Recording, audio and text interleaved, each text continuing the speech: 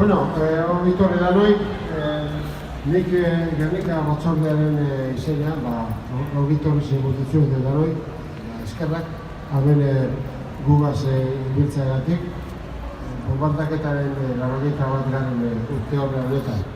Nik ekidu pentsatuta sarrera bat, eta gero jarraipen bat, amaiera emoteko gako ekitaldiari, baina aldatu egin behar izan dut.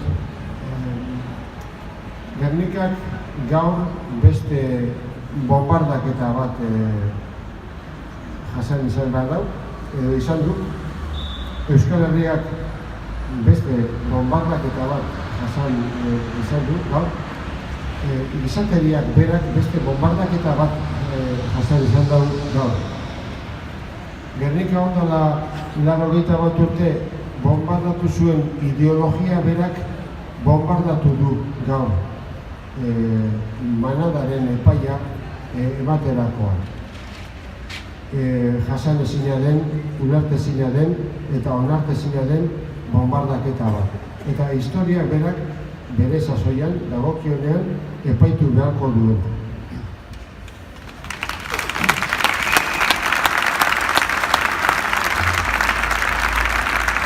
Bombardaketaren 81. urte horretan, urte horrena pasatu dugu ja, baina oraindik asko dira laberintoan, gezurraren laberintoan galduta jarraitzen dutena. Helburu ideologiko, justo, gaurko epaia, politiko, gaurko epaia, sozioekonomiko, gaurko epaia, eta genero ikuspegitik ere ikusita gaurko epaia mantendu izan dutenak eta mantendu izan zutenek gezur ofiziala erabili zuten errealitate eta desitxuratzeko. Gernikaren kasua esaten dute dela 20. mendeko gezurrik nabarmenena. Xavier Lujo, historialaria, gure artean dabilena egun hauetan, berak bere kabiar gainera dakar bere liburuaren aurkezpena da egia alternatiboak. Esaten du, Gernika izan zela manipulazioaren adibiderik, manipulazioaren adibide arketipoa. Bombardaketa izan zen frankismoaren akta fundazionala. Zerutik abiatutako esperimentuan gerra. Izuaren laborategia.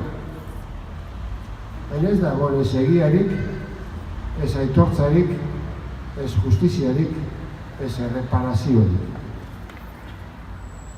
Bombardaketaz gain, onartu behar dugu, gogoratu behar dugu, hormetan eta bide bazterretan hildakoak. Hilobi komunetan lurperatuak, torturatuak, atzerriratuak, bortxatuak, desjabetuak, ume lapurtuak, eskolabu lanera behartuak. Ez dira aintzat hartuak izan.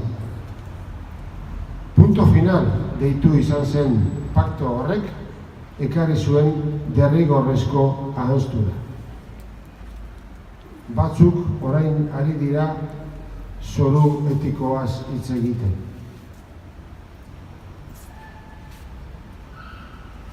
Bestalde, gaur egun ezinbestekoa da gogoratzea Euskal Herria kokatu dela ataka egoera kontekstu oso berezi batean. Hamarkada askotan ezagutu ez dugun egoera batean. Eta erakundeak armak usteaz gain desegitea erabaki duela. Gizarte osoa interpelatzen du ekintza horrek. Denok gaude derrigortuta deituak horren alde egitera. Ez da egun utzi hori beste 81 urtetan konpondu gabe uste. Ez daigun utzi ikuspegi interesatuak direla, ikuspegi partidistak direla eta herri oso batek sufritu duena alperrik galtzen. Eskerrik asko.